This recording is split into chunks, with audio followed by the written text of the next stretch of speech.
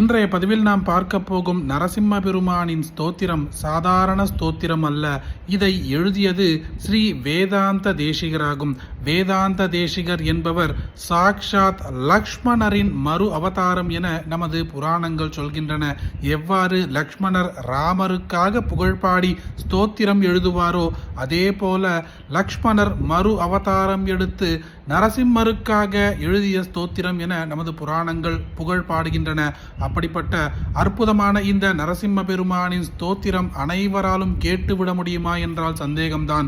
பிறவி புண்ணியம் செய்தவர்களுக்கே இந்த ஸ்தோத்திரம் கண்ணில் படும். ஓம் ஸ்ரீமான் வெங்கடநாதார்ய கவிதார்க்கிக கேசரி வேதாந்தாச்சார்யவர்யோ மே சந்நிதத்தாம் சதா ஹ்ருதி ஸ்ருதீனாமுத்தரம் பாகம் வேகவத்யாச்ச தக்ஷிணம் காமாததிவசஞ்சீயாத் கஷ்சிதத்புதகேசரி தபனேன்வக்னிநயனः தாபானபசினோது நः தாபனீய ரஹஸ்யானாம் சாரः காமாசிகா ஹரிः ஆகண்டமாதிபுருஷம் கண்டீரவபுபரி குண்டிதாராதிம் வேகோபகண்டசங்காத்வி முக்தவைகுண்ட பகுமதிமுபாசே பந்துமகிலஸ்ய ஜந்தோர் பந்துரபர்யங்க பந்தரமணீயம் விஷமவிலோச்சனமீடே வேகவதி புலினகேலி நரசிம்ஹம்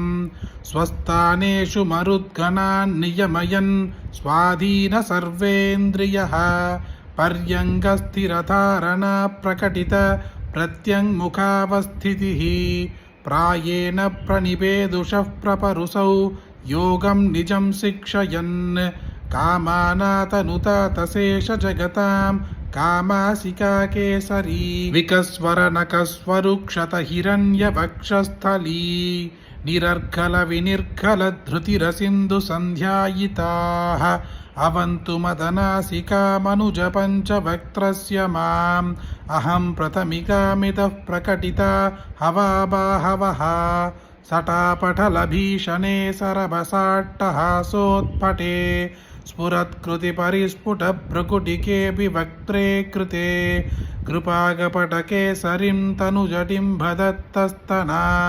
सरोजसदृशादृशाव्यतिविजयते व्यज्यते त्वयि रक्षति रक्षकैः किमन्यैः त्वयि च रक्षति रक्षकैः किमन्यैः इति निश्चितधीश्रयामि नित्यं नृहरे वेगवती तटाश्रयं त्वाम् इत्थं स्तुतः सकृतिहाष्टभिरेषबध्यैः श्रीवेङ्कटेशरतिजैस्त्रिदशेन्द्रवन्द्यः दुर्दान्तकोरदुरिदद्विरदेन्द्रभेदी कामासिका नरहरिर्विधनोतु कामान् इति ஸ்ரீவேதாந்ததேசிககிருதம் காமாசிகாஷ்டகம் சம்பூர்ணம்.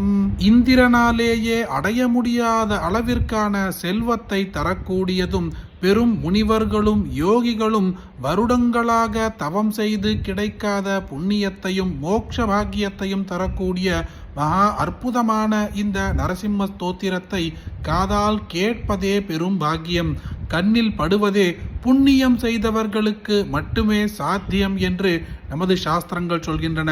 அப்படிப்பட்ட அற்புதமான இந்த ஸ்தோத்திரத்தை உங்களுக்கு தெரிஞ்ச எல்லாருக்குமே கட்டாயம் பகிருங்க. இந்த வீடியோவை லைக் பண்ணுங்க. நாளைக்கு மற்றொரு பதிவில் சந்திப்போம். ஹரி ஓம் மகா பெரியவா போற்றி.